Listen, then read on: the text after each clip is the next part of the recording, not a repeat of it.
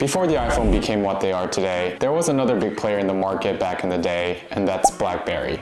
As a kid, I've always wanted one but never got the chance to. So today, I'm bringing that dream to life. Sort of. For the past 2 weeks, I turned my iPhone into a Blackberry using the Clicks keyboard case, and here's how it went. My first real smartphone I've ever owned was Samsung Epic 4G, and it was basically a full touchscreen smartphone with a slide-out keyboard. When I first heard about this case, I knew I had to try it since I've always wondered what it would be like to have a physical keyboard on an iPhone. My first impression of the case was that it's very light and minimal. It almost looks like something Apple would design if they were to ever make a keyboard accessory. They currently have them available for the iPhone 14 and 15 series, and it comes in 4 different colors for the iPhone 15s and just 2 for iPhone 14s. I have the London Sky version, and it's also made out of silicone, which makes it very easy to bend and slide your phone in and out. Pretty obvious, but wanted to note that the case adds about 1.5 inch length to your phone, and it still fits in most of my pants fine, but it does make it a bit more uncomfortable to carry around, as you can see that it basically takes up the entire pocket length. It also has this leather patch in the back at the bottom, which helps with gripping. It does cost $139 for smaller iPhones and $159 for bigger models, so it's definitely not on the affordable spectrum when it comes to cases, but I will have to say the quality doesn't fall behind when you hold this case in person. If you go on their website, Clicks actually has a getting started guide with a timeline to help you manage expectations on getting adjusted to the keyboard. It says within the first 20 minutes, you should just be getting used to pushing buttons, and I can frankly tell you that the first impression of these keys were that they're very cramped. I don't have big hands by any means, but typing fast or accurately was very tough, and I had to be really precise to avoid any typos. But on the bright side, the keys are super clicky, almost to the point of feeling bouncy, making it a very satisfying experience. And it definitely reminded me of using Blackberry's keyboards back in middle school when I used my friends' phones. And here's a quick sound test for you all.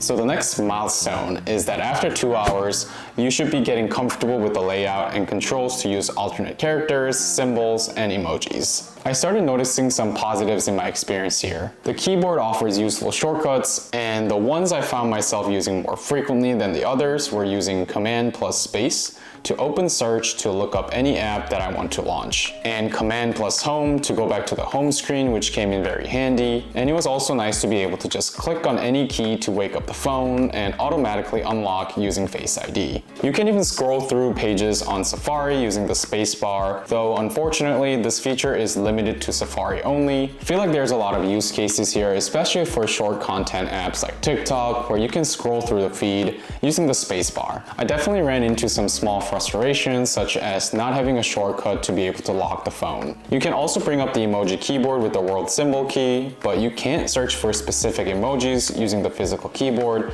meaning I had to type on the on-screen keyboard, which was a bit of an odd experience. The next feature I'm going to talk about is a new feature that got added through a software update, and in my original script I had it written as a missed opportunity, and that's the cursor mode. With the cursor mode enabled, now you can click numbers plus command and use WASD or IJKL as if they were up, down, right, and left arrow keys. This definitely reduced my time of having to go back and forth between the keyboard and screen in order to move the cursor. I think the fact that this feature was added as a firmware update should be a good sign that this case will continue to get software updates to add more features and shortcuts. The keyboard is also backlit, which actually came in very handy quite a lot when I was using my phone in darker surroundings. You can turn on and off the backlights in the Clicks app or use the shortcuts as well. Speaking of the Clicks app, this is where you can change a lot of the settings for different shortcuts and backlights, and also be able to download any new updates to the firmware. After 2 days, they say you should master the keyboard, and I personally wouldn't go that far, but I definitely started typing faster and started having more fun with the case. Apps that require a lot of typing like Notion, Notes, and email really benefit from the extra screen real estate. It kind of felt like I was turning my phone into a productivity powerhouse,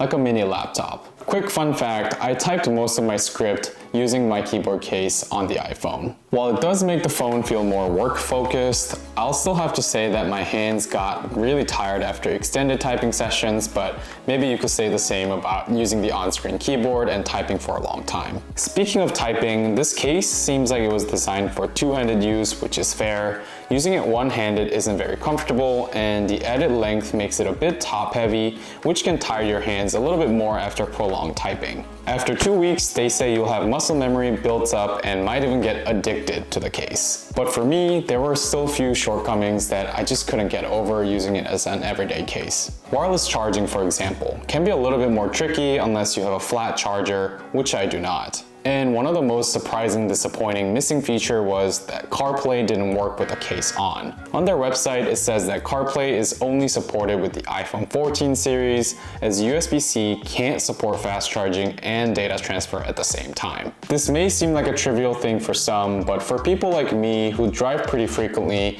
and relies on CarPlay for maps, it was quite annoying having to take on and off the case whenever I wanted to use CarPlay.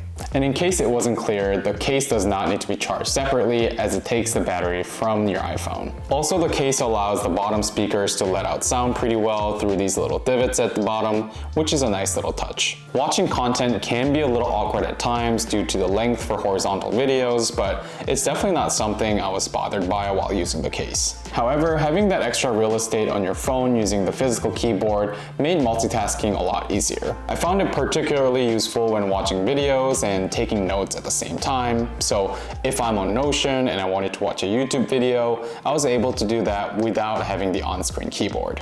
But if your main goal for getting this case is to type faster, I'm not sure if this case is the best solution for you, since it's definitely slower than the on-screen keyboard for most tasks, and you can only multitask with your iPhone in so many ways. But I completely understand that that's not really the point of having this case. And after using this case for 2 weeks, I realized that it's not for everyone, but it definitely has its niche. If you're someone who loves physical keyboards and missed that Blackberry tactile experience on your iPhone, this case is probably one of the best options for you. For everyone else, this might be more of a fun novelty rather than an everyday accessory, which might be a hard pill to swallow, especially considering its price point. I'll still be keeping this case, as I do enjoy the tactile experience of a physical keyboard, but this is definitely not going to be an everyday carry for me. Will Apple ever make physical keyboard accessories for your iPhones? Probably not, but this was definitely a fun experience for me, and let me know in the comments if this is the type of case you would try it out. Anyway, thank you so much for watching, and I'll see you in the next one.